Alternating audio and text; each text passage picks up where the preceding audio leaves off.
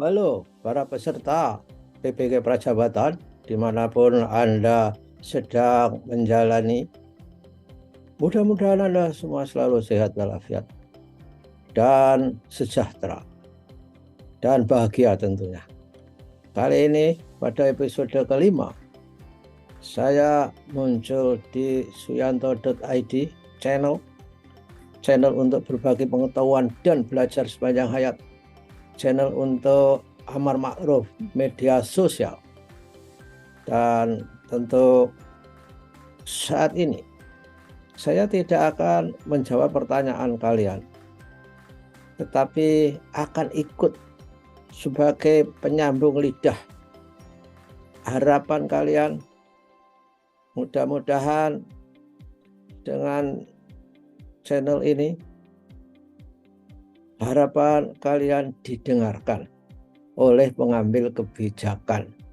Jadi saya justru akan menyampaikan aspirasi-aspirasi saudara dalam bentuk video yang dipublish melalui channel suyanto.id.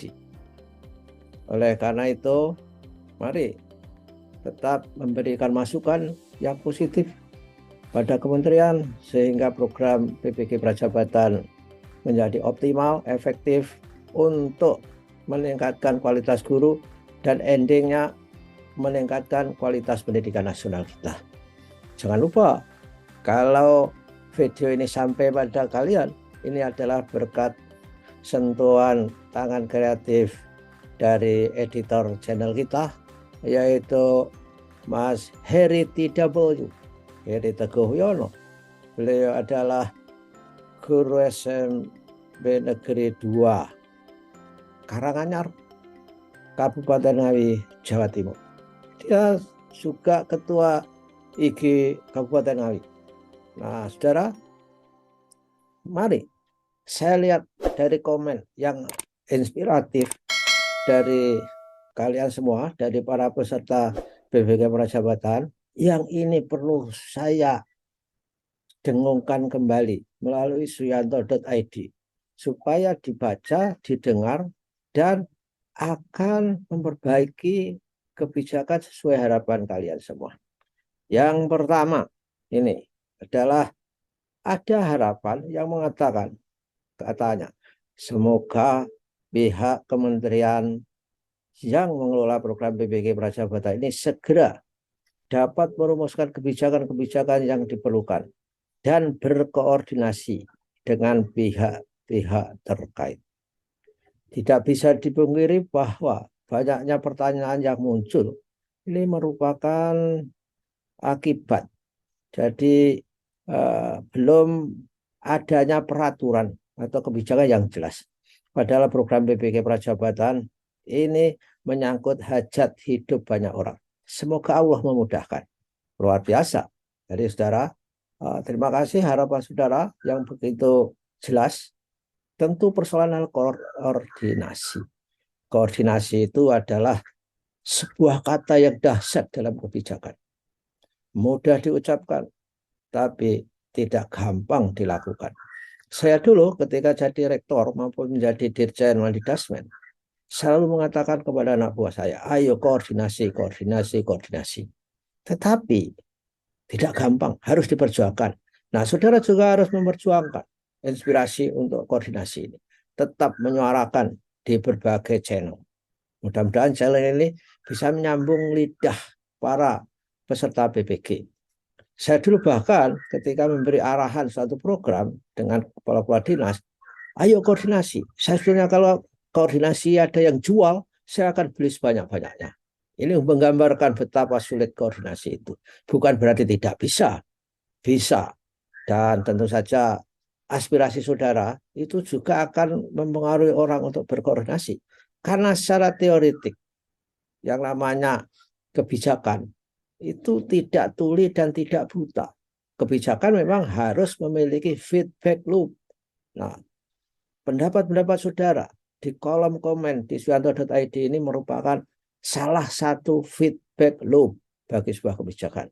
Nah, oke lah, ayo kita menggaungkan aspirasi berikutnya dari para peserta PPK Prajabatan. Ini ada yang mengatakan, berdasarkan evaluasi program PPK Prajabatan tahun 2022 ini, dapat kita tarik kesimpulan bahwa satu, wah ini sangat sistematik yang memberi masukan ini. Memang sengaja saya tidak membacakan dari siapa supaya untuk menjaga anonimitasnya. Tapi saya kira kalau pengambil kebijakan mau tahu dari siapa, ya ikuti di channel suyanto.id ini. Dilihat di situ. Jadi yang disarankan adalah ya kesimpulan yang disampaikan oleh suara PPK Prajabatan ini.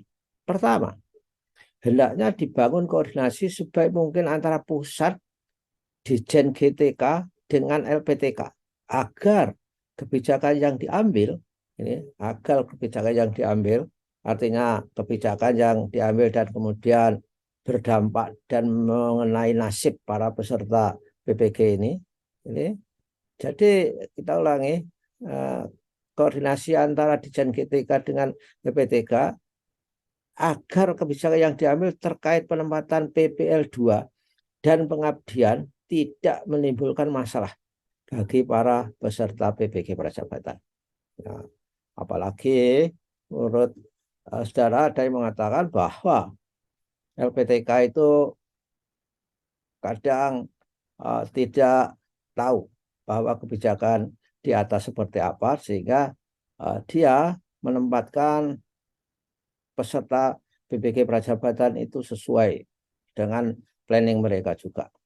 Kemudian yang kedua, tunda dulu PPG Prajab tahun 2023 yang wacananya akan dimulai bulan Februari. Tuntaskan dulu program PPG Prajabatan tahun 2022. Baik gelombang 1, gelombang 2, hingga mereka lulus dan ditempatkan di tempat pengabdian masing-masing. Wah, luar biasa ini. Karena saking galaunya malah minta kebijakan PPG gelombang ketiga atau gelombang 1 di 2023 stop dulu.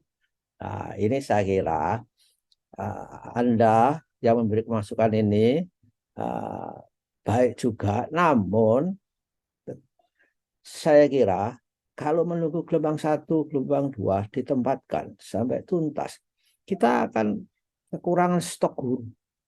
Jadi, saran yang paling baik itu terletak pada koordinasi tadi. Jangan stop gelombang ketiga atau gelombang pertama di tahun 2023. Mudah-mudahan di gelombang pertama di tahun 2023 ada perbaikan atas dasar lesson learned dari gelombang 1 dan 2. Nah ini saya kira, saya berada penyambung lidah bukan berarti harus membacakan begitu saja dan tidak memberikan asupan, tidak memberikan input kepada pengambil kebijakan. Saya juga berusaha melakukan saran kepada pengambil kebijakan di samping harus mendengarkan aspirasi saudara supaya itu bisa dipahami oleh pengambil kebijakan sehingga ada perubahan-perubahan kebijakan. Nah, berikutnya masih beberapa saya tanyakan, tapi harus dibatasi supaya videonya nggak terlalu panjang sehingga orang males untuk melihatnya. Kemudian ini pertanyaan, coba saya bacakan juga, walaupun saya nggak bisa menjawab. Ini paling tidak pengambil kebijakan tahu bahwa kebijakannya itu dipertanyakan di level grassroots, di level lapangan. Nah, izin bertanya, Prof. Apakah PPL 2 untuk yang gelombang 1 jadi diintegrasikan dengan program kampus mengajar?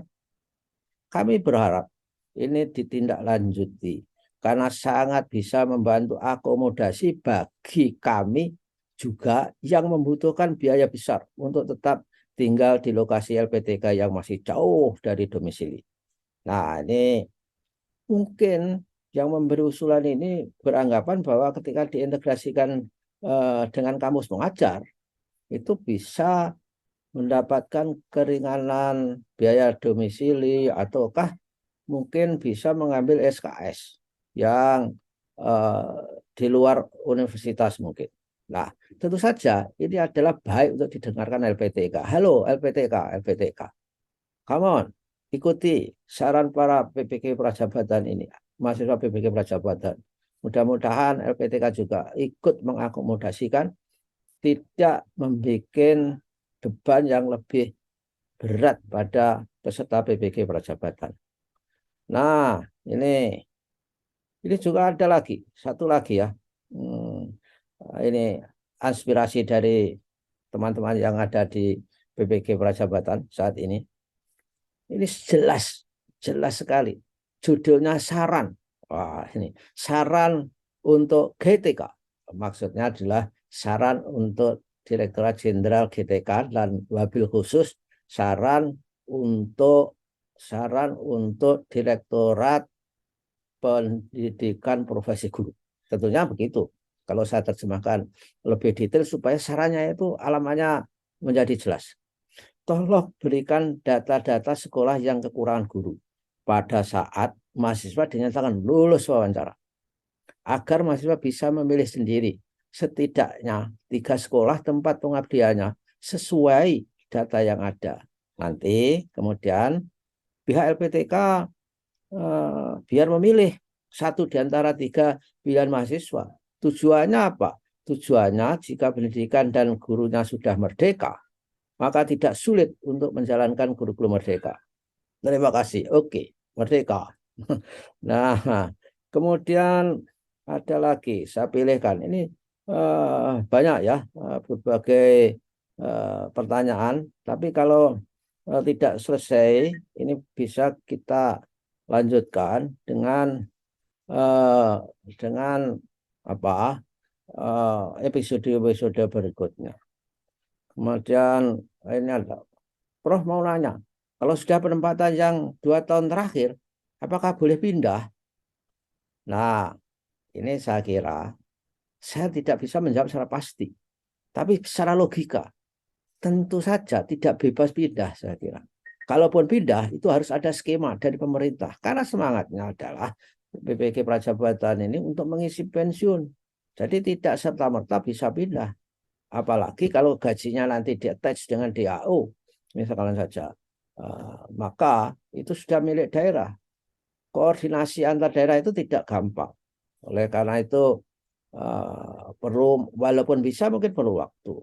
Gitu ya, jawaban logika ini. Dan oleh karena itu saudara harus tetap bersabar di samping tetap memberi masukan kepada pemerintah, terutama Direktorat Jenderal GTK. Ada lagi terakhir nih ya, saya kira ya, saudara. Saya rasa kalau plottingan PPL 2 ini digunakan untuk pengabdian akan terasa berat. Karena fakta di lapangan, kita malah saling tukar domisili. Seperti saya asli Kediri, LPTK di Madiun dapat PPL di Madiun. Dan mahasiswa UM, rumah daerah Bojonegoro, Ponorogo malah dapat Kediri. Nah, intinya adalah PPL tidak berada di domisili. Dan ada pertanyaan yang tadi saya baca tidak langsung, tapi tadi masih ingat, Prof, bagaimana di PPG yang akan datang itu? Kalau misalkan saja saya berdomisili di tempat lain, sedangkan tempat lahir saya itu adalah di tempat lain juga. Nah, ini sering terjadi pada gelombang 1 dan 2. Jadi yang pertanyaan seperti ini, mohon kalau saudara mengisi data domisili, itu jangan terpengaruh data di KTP tempat saudara lahir. Domisili adalah beda dengan tempat lahir saudara. Jadi isi sesuai dengan domisili di mana Anda berdomisili. Sehingga tidak akan nanti baik tesnya maupun penempatannya tidak dicarikan di LPTK yang dekat tempat tanggal tempat lahir saudara. Jadi ingat, domisili beda dengan tempat lahir. Begitulah saudara-saudara apa yang bisa saya sampaikan kali ini. Saya ikut simpati kepada saudara-saudara semua yang memiliki kepentingan untuk kesejahteraan, ketenangan di dalam menempuh PPL 2 dan juga di dalam penempatan 2 tahun pertama itu. Jangan lupa klik subscribe jika kalian menganggap bahwa channel ini bermanfaat untuk kalian semua. Dan tentu saja share dengan teman-teman supaya aspirasi ini bisa dilihat banyak orang dan bahkan bisa mengundang orang untuk subscribe sehingga channel ini memiliki kekuatan sebagai channel untuk memberikan feedback loop akibat dari banyaknya orang yang berada di channel ini. Terima kasih saudara-saudara. Jangan lupa olahraga dan tentu saja salam saya dari Suyanto.id. Salam sehat dan sukses selalu. Sampai jumpa lagi.